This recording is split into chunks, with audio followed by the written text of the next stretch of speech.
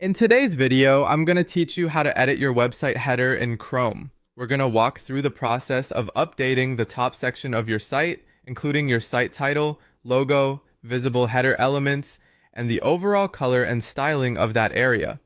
This is a useful way to refresh your branding and make sure your header looks clean, professional, and aligned with the rest of your website. To begin, open Chrome and navigate to your main website preview page. Make sure you're in the preview layout where you can see the page structure clearly. Once you're there, look for the edit option and click it to enter the editing view. This will allow you to make changes directly to the layout you're seeing on screen.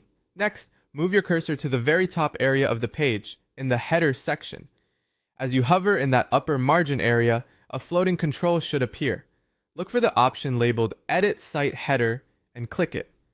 This opens the header settings panel where you can manage the design and content of that section. Inside the header settings, choose site title and logo if you want to update your branding. From here, you can edit the text that appears as your business or website name, and you can also upload a logo file if you want a graphic mark displayed instead. This is a good place to make sure your branding is consistent and easy to recognize. If you're using a logo, it's helpful to use a clear image that looks good at smaller sizes since headers are usually compact. After that, open the Elements section. This is where you control which interactive parts of the header are visible. You can switch different features on or off, such as call to action buttons, cart displays, links, or social media icons. If your header feels too crowded, this is a great area to simplify things.